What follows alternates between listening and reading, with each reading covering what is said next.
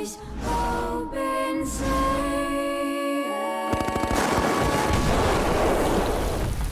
How come while you sleep? The fat man's got his eye on you, kid.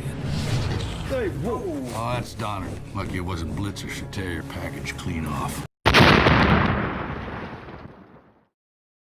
Hello and welcome to Brand X Reviews. Today I'm going to be talking about a new Christmas film that has just come out in the UK anyway, and that is Fatman. Now this is a film with Mel Gibson in, and Walton Goggins as well, who I kind of know from a few films like Predators, and he was in Ant-Man. I've seen him in other stuff as well. Well, he's in Ant-Man and the Wasp, I think it was. But those two are the main characters in this, and obviously this is a Christmas film. Now, kind of interesting because this is only the second 2020 film that I've seen this year. The other one would be Tenet. Obviously that one came out of the cinema. This one didn't come out in the UK at the cinema, and I don't think it did anywhere else because obviously everything that's going on has been going on. But I believe that this was an online streaming movie in other countries, but in the UK it's been very difficult to access any method of watching this. I had to actually get it on DVD, specifically DVD. I couldn't even get it on Blu-ray, unfortunately. There were some imports, I think, from Australia, but very difficult to get hold of. But it just got released anyway a few days ago, so I was quite happy to get that. And obviously, in terms of new movies this year, it's been a bit rubbish as well. So that aside, for context, that's partly the reason why I got this. It was just nice to watch a new film at Christmas.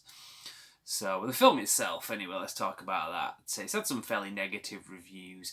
I'd say it's a fairly low budget film. It doesn't show too much. I could imagine this coming out of the cinema and it looking fine. There's a lot of films like that have come out in recent years, especially with the whole streaming thing. A lot of movies going out exclusively on that format, or at least some kind of like shared release. There was the Shaft film that came out last year, came out in cinemas in the UK, but in other countries. Sorry, it came out in America in cinemas, but in the UK it came out straight to streaming. And it felt low budget, but again, it's one of those films you can imagine it coming out of the cinema. So this one doesn't feel too low budget, and it's got enough production quality that I think would put it in the category of a cinema movie. So if you're worried about it being a bit low budget, don't worry too much. I know we had the Christmas Chronicles movie come out a couple of years ago to Netflix where Kurt Russell plays Santa Claus, and that was really low budget. It was okay, the film was okay, but it was definitely low budget. I can't picture watching that in the cinema. So this one, like I say, from that point of view, wasn't too bad. This is a comedy, obviously, and it's an adult comedy. It's got violence in it. The theme of it as well isn't really something for kids, but young kids anyway. But to be honest, there's plenty of Christmas films that kind of go down that route. Ones like Scrooged, and I suppose you could count films like Kiss Kiss Bang Bang. I know it's more set at Christmas, not a Christmas movie as such. Like Shane Black, so that's a typical Christmas movie, any of his. But if you like films like that, and what was the other one? The Long Kiss Goodnight. That's another Shane Black one, shock horror set at Christmas. Obviously those films are a bit more classic and better remembered than I think this will be. I think that's more because of when they came out, to be honest.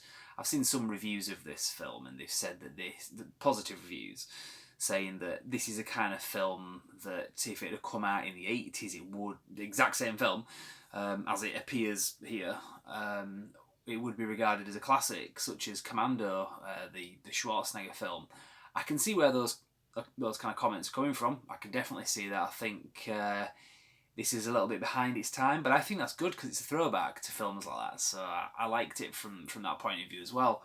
Obviously Mel Gibson as Santa Claus as well, he really brings something to it. He's still got his charm and charisma. He doesn't phone it in with the acting. There's some bits in this that are quite serious and kind of heartfelt as well, and kind of the way he comes across with certain things. I'll get into that when I get into spoilers. And I'll warn you before I get into spoilers.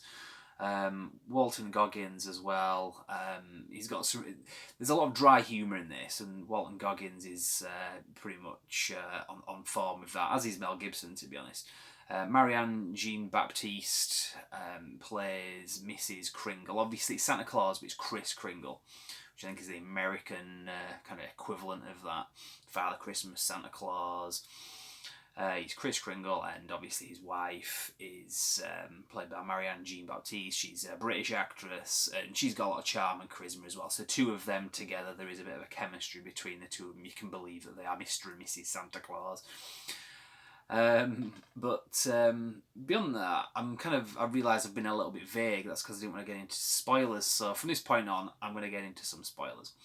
So the main plot of the film, basically. So Mel Gibson's Santa Claus, Kris Kringle, he is Father Christmas. Now, I kind of wondered watching the trailer of this. It's like, is it Father Christmas like we know Father Christmas? Because this looks like a real world movie. It's kind of confusing. Well, it's kind of like a Batman Begins thing, Dark Knight trilogy thing, where it's like set in the real world as much as you can, where you've got a Batman character, or in this case, a Santa Claus character. So it's not that it's taking itself seriously, but it's putting itself in our world, but it's a world where Father Christmas exists. So in that, Santa Claus is running out of money. He's not getting paid enough. It's kind of suggested that he is funded by the government in order to keep the Christmas industry running, because it's $1 trillion industry. So I'm just realised that I'm running out of time. 1 second. Apologies for that. So it's $1 trillion industry, and it's not paying the bills with him, basically, the amount of money that he gets paid. So he kind of gets propositioned by the military to do some work for them. They don't really specify exactly what the work is, but it becomes apparent. He tries to do other jobs for other companies as well, but they're just not getting anything. So after Christmas is gone, he basically gives in and says to the military, yeah, I'll do your work for you. And it becomes evident basically what the military want him to do is get all of his elves that work for him, it's a lot of them, to work in manufacturing of military technology, because obviously the elves, they make the Christmas presents that Santa Claus gives out every year, and they're very efficient, very quick at it, and obviously magical, so to work for the military would be beneficial for the military. So Santa Claus eventually gives into that. Now, this is a Santa Claus who knows who everybody is as well. There's a few bits in this film where it's kind of done, obviously, for laughs, where, for example, he'll be in a bar and there'll be some random guy in there and he'll be like, hi, how you doing? How's it going with this? You know, kind of thing. And the guy will be like, how do you know all this? Because he's Santa Claus, that's why. Pretty funny. Again, it's done with sort of dry humour to it as well. So, when he gives in and basically says to the military, yeah, I'll work for you, he's very sad to do it, you can tell. And when drops the news to the elves, you can tell he's not happy about it. He's very sad. He's kind of teary-eyed, and when the elves get obviously put into that line of work, it's a bit kind of sad for them, because they have to cut the bells off the shoes, because they'll set off the metal detectors in the military facilities. They have to be like finger scanned, all that kind of stuff. So it's not the best environment for them anyway. So it's got a kind of dark sense of humour to it anyway, basically. But in the meantime, anyway, there's this kid, and he's a millionaire, he's a real spoilt brat, and Santa Claus obviously isn't happy with him, because Christmas Day comes, and all he gets under the Christmas tree, this kid, is he gets a lump of coal. He's not happy with that, so he hires his hitman, played by Walton Goggins, to go over to where Santa Claus is operating out of, which is now a military base, effectively, and assassinate him. And there's all sorts of funny stuff that happens on the way there and up towards the end of the film as well. I don't want to give too many spoilers away, because there's some bits in this where you might not see certain things coming, or maybe you will, but you don't really know quite how predictable this film's going to be. I think, again, that's where a lot of the criticisms have come for this. People have been kind of expecting it to be up there with Die Hard, or even It's a Wonderful Life, or something like that. It isn't. It's a fairly low budget film with some really good talent in it, and I give it a thumbs up anyway. Yeah. In terms of score out of 10, it'd be difficult to say. I couldn't give it a high score. I mean, 5 is my average. Anything above 5 is good. So I would give this a 6. I would say it's a good film. It's not amazing. It's not brilliant. It's one that I'm glad I bought. I will watch it again, probably every year, every Christmas, for the foreseeable future anyway, if I've got the time to do it. But I would recommend it anyway. And if you can get hold of a copy of this as well, track it down. It's worth paying a few quid for. I can imagine why some people maybe won't like it. I've been asked, is this film good? Is it bad? Or is it so bad it's good? So I would say it's good. It's not bad. I've seen way worse, and I've seen way worse films that are good because they're bad.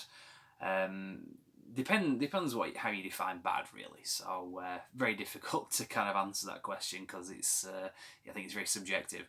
But to me, I thought it was pretty good. It was to say this is the second film. This, again, for context, to say this is the second 2020 film that I've seen this year, and this year's drawing to a close.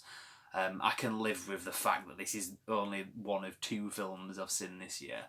Because on the other hand, we had 2019 where a load of films came out, and so many of them were terrible. We had the Terminator film that was terrible, we had the X-Men film that was terrible, Men in Black film was terrible, Star Wars it was terrible. Yeah, just kind of sucked. So that's pretty much it. Don't really have much else to say. I don't want to spoil this thing too much, but I recommend it, and I think if you kind of watch a trailer, you'll get the gist of it as well. So maybe don't listen to reviews too much. Obviously, I realise that I'm doing a review. Just go into this with fairly low expectations. You'll probably be pleasantly surprised, which you realise isn't a glowing endorsement of the thing, but it is what it is anyway. So I'll leave it there and say, yeah, that's my review. I didn't plan on doing any more reviews before Christmas. I did say in the last video it's probably the last one that I do, but obviously here it is. If there's anything else between now and then, I will do that, but failing that, I'll just say I hope you're all having a Merry Christmas, and we'll see you next time. Brand X Reviews, you can follow us on Facebook, Instagram and YouTube, obviously. But yeah, Merry Christmas, talk to you later.